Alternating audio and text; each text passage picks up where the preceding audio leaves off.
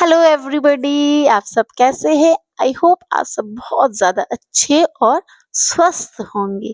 तो चलिए हम आज फिर आ गए हैं आपके साथ, है कि नहीं? एक न्यू चैप्टर लेके, chapter number 8, the king Thrushbeard. This chapter is from class 4। ये चैप्टर क्लास 4 की स्टूडेंट्स के बुक में से है। The name of the book is the enrich English. This book is based on NEP 2020। तो इससे पहले वाले वीडियो में हमने द किंग थ्रसबर्ड, बहुत ही मजेदार स्टोरी है, इसे हमने पढ़ा था। और जिन्होंने मेरा वो वीडियो नहीं देखा है तो आप मेरे पीछे वाले वीडियो को क्लिक करके सेम चैप्टर्स को देख सकते हैं। This is very interesting chapter. और आज हम इस वीडियो में इस चैप्टर का ऑब्जेक्टिव्स करेंगे। तो are you ready? Yes, if you are ready, let's start the objective. This will be very interesting.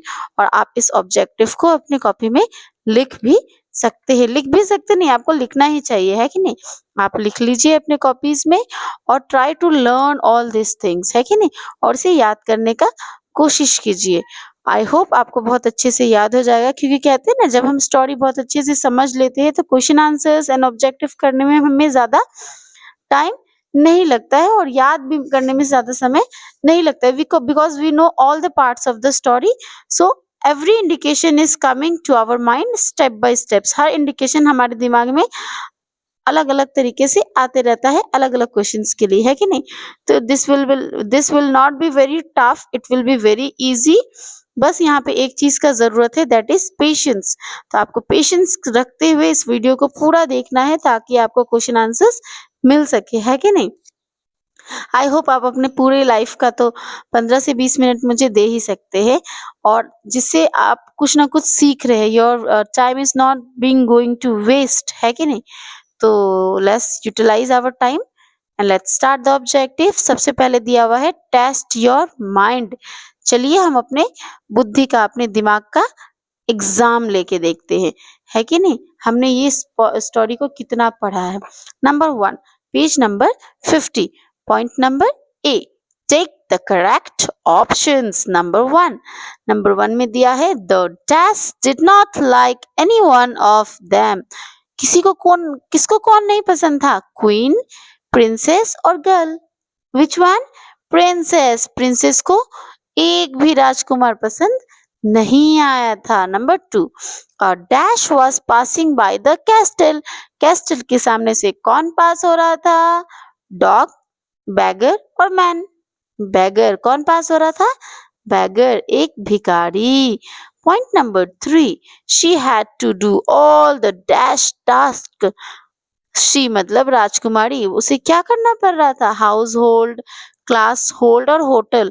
House hold, राजकुमारी को सारा हाउस होल्ड टास्क को कंप्लीट करना पड़ रहा था। तो we can write here in the blanks of the answers also. Let's write out household, HOUSEHOLD,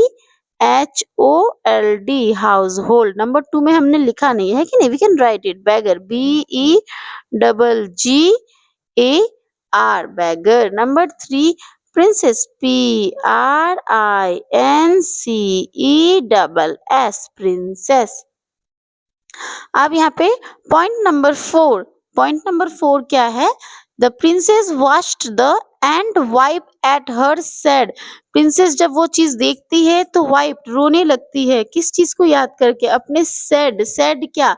sad face को देख के या रोने लगती है, सैड हाउस को देख के रोने लगती है, या सैड स्टेट को देख के रोने लगती है, या उसके लाइफ का जो प्रेजेंट सिचुएशन चल रहा है उसे देख के रोने लगती है?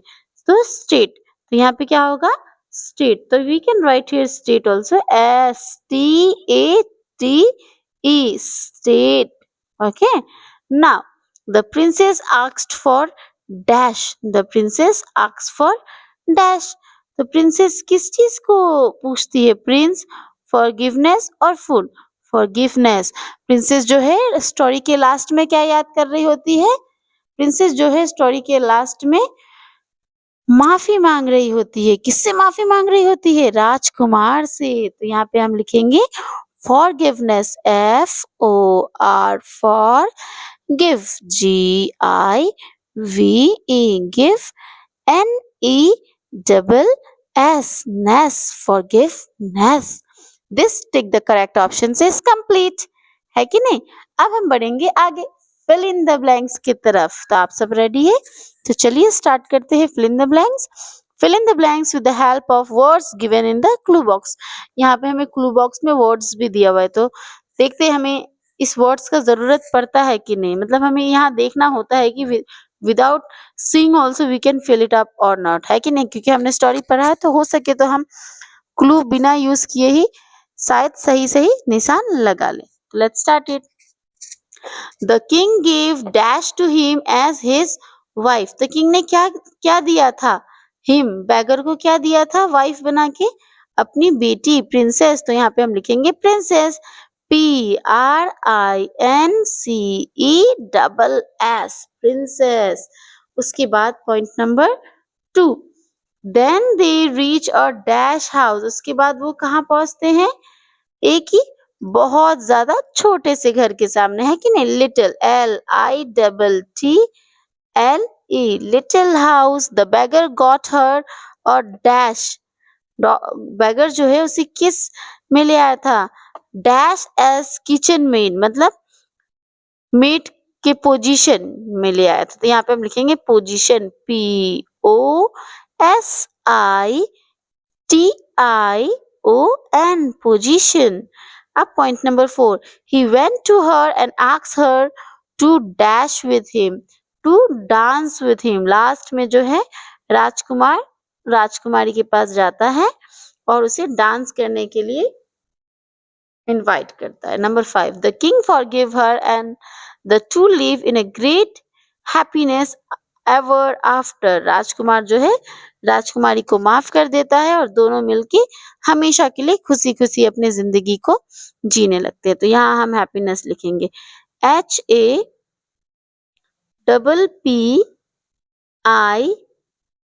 HAPPINESS happiness. Okay, now it's time for true false. सही के सामने ट्रू और गलत के सामने फॉल्स लगाते हैं. चलिए number 1. The princess like everyone. क्या प्रिंसेस सबको पसंद करती थी? नहीं. तो ये क्या होगा? The princess like everyone. No, this is false. तो let's write here false. FALSE false. Number 2. The king lost his patience with his daughter. राजा जो था अपना गुस्सा जो है आपे से बाहर हो जाता है उसका. है कि नहीं? तो this will be true. TRUE true. Number 3. Life was very easy for the princess after marriage. शादी के बाद प्रिंसेस का लाइफ जो है बहुत ज्यादा आरामदायक और बहुत ज्यादा अच्छे से बीतने लगा. क्या ये सही है? नहीं, ये सही नहीं है. प्रिंसेस का लाइफ काफी टफ हो गया था. है कि नहीं? उसे सारे काम करने पड़ते थे. यहाँ तक वो घर घर जाके काम करती थी एज अ हाउसमेड. एक नौकरानी की तरह वो सबके घर में जाके काम करती थी. तो प्रिंसेस का लाइफ जो है बहुत ज्यादा टफ हो गया था. तो this we have to write here false. FALSE false. Now we will come to point number 4. So let's see what is written in the point number 4. Point number 4 में लिखा हुआ है The iron pot fell from her ragged dress, spilled food all over. Iron pot जो था वो princess की rag dress मतलब पुराने और फटे हुए ड्रेस में से नीचे गिर जाता है और उस पॉट में जितने भी खाना रखा हुआ रहता है, फूड रखा रहता है, वो भी पूरी तरीके से जमीन पे गिर जाता है. तो क्या ये सही है? Yes, this is right. तो इसके सामने हम लिखेंगे true. TRUE true. Number 5. The princess was very proudful of her self. Princess को जो है अपने ऊपर बहुत ज्यादा घमंड रहता है. तो क्या ये सही है? यस, ये सही है. प्रिंसेस को अपने ऊपर बहुत ज्यादा घमंड रहता है. तो यहाँ पे हम लिखेंगे TRUE ट्रू. है कि नहीं? Now last but not the least we come to question answers. Answers the following questions. Let's do number 1. What did the king do to the princess in a fit of anger? राजा ने princess के साथ क्या किया जब वो गुस्सा हो जाते हैं? तो this answers we can get in page number in page number 49 yes. तो यहाँ पे हम लिख सकते हैं द किंग। यहाँ पे first line you can see here ना number 1 the king gave princess to him की जगह हम बैगर भी यूज कर सकते हैं। The king gave princess to beggar as his wife this will be answer number 1। ये कितना नंबर होगा? Answer number 1। आंसर नंबर 1 हमारा रहेगा the king give princess to his wife.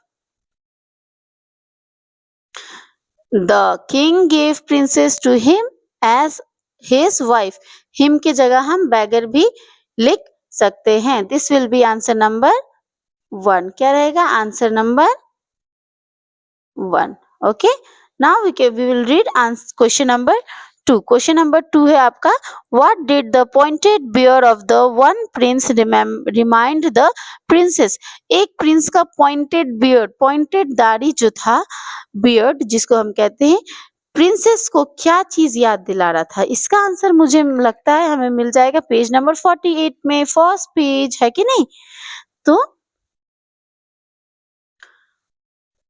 तो यहाँ पे pointed beer,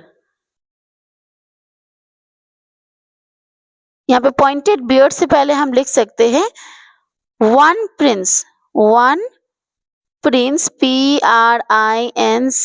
one prince number 2। Okay, one prince pointed beard remembered princess, remembered her की जगह हम प्रिंसेस का भी यूज कर सकते हैं, PRINCESS, princess of the brick of a thrust a bird. इसको यहाँ तक हम लिखेंगे।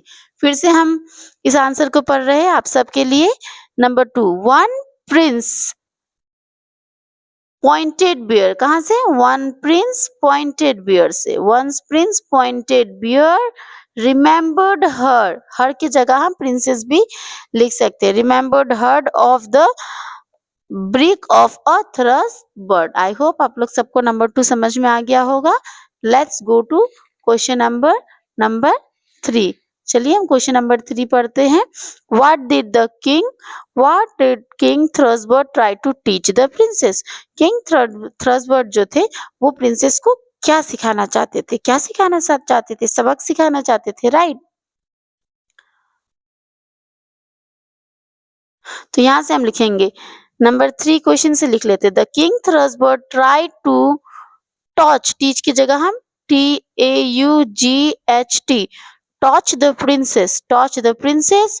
उसके बाद हम आ जाएंगे पेज नंबर 50 में। Taught the princess a lesson, taught the princess a lesson for her proud and arrogant nature, a lesson for her proud and arrogant nature. Nature तक हम लिखेंगे, नेचर तक हम लिखेंगे number 3। This will be answer of number 3। Next come to number 4। समझ में आ रहा है ना आप लोगों को? नंबर 3 का आंसर आधा हमने क्वेश्चन से लिया है और आधा हमने यहाँ से। Lesson for her proud and arrogant nature, question से हमने लिया है king Thrushbeard tried to taught the princess, a lesson for her proud and arrogant nature. अब number 4, let's see number 4 question, what kind of life did the princess lead with the beggar। Princess जो है मतलब भिखारी के साथ किस तरह का लाइफ जी रही थी? इसका आंसर हमें ना मिल जाएगा फिल इन द ब्लैंक्स में भी। The beggar got her a position as kitchen maid at the castle. तो आंसर नंबर 4 हम चलते हैं फिल इन द ब्लैंक्स की तरफ। पॉइंट नंबर 3 आप लोग सबको दिख रहा है यहाँ पे, point number 3 you can see here. यहाँ पे हम लिख लेंगे नंबर 4 का आंसर, है ना? The beggar got her a position as kitchen maid at the castle. This will be answer number 4। I hope आप लोग सबको समझ में आ रहा होगा, है कि नहीं? नंबर 5, क्वेश्चन नंबर 5 अब हमें क्या कहता है? क्वेश्चन नंबर 5 हमें कह रहा है what happened in the last. Last में क्या होता है? तो लास्ट में क्या होता है गाइस? लास्ट में क्या होता है? लास्ट में किंग राजकुमारी जब एक हॉल में जाती है जहाँ पार्टी चल रहा होता है, वहां जाके उसे पता चलता है कि ये राजा और कोई नहीं, वो भिखारी और कोई नहीं, किंग थ्रसबर्ड होता है जिसके साथ राजकुमारी की शादी होती है एट द एंड, है ना? तो इसे हम शॉर्ट करके लिख सकते हैं। अगर हम बुक से लिखते हैं अकॉर्डिंग टू बुक तो थोड़ा सा बड़ा हो जाएगा। तो let's write it by and make the answer by our own. What happen in the last, तो हम लिखेंगे इन द लास्ट, यहाँ से in the last the princess, PRINCESS, the princess got to know, got to know that, उसे know that the beggar, BEGGAR, the beggar whom she married, WHOM, whom she, she married, MARRIED, married, is none, is none, none other, OTHER, none other than a king, KING, king Thrustbird, THRUSHBEARD,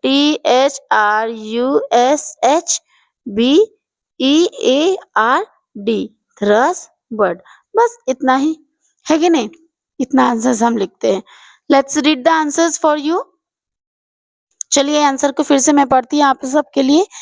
In the last, the princess got to know that the beggar whom she married is none other than a king Thrustbird.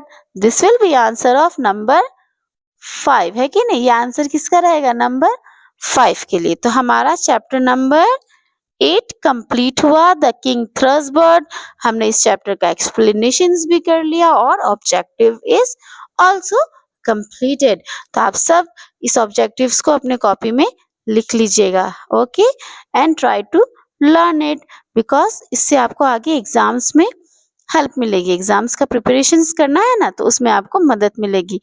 तो अगर आपको मेरे videos अच्छा लगा, मेरे साथ पढ़ने में आपको मजा आया, तो मेरे चैनल को लाइक करें, शेयर करें एंड सब्सक्राइब करें, and please try to see the full videos, okay. Till then have a nice day, love you all, bye bye.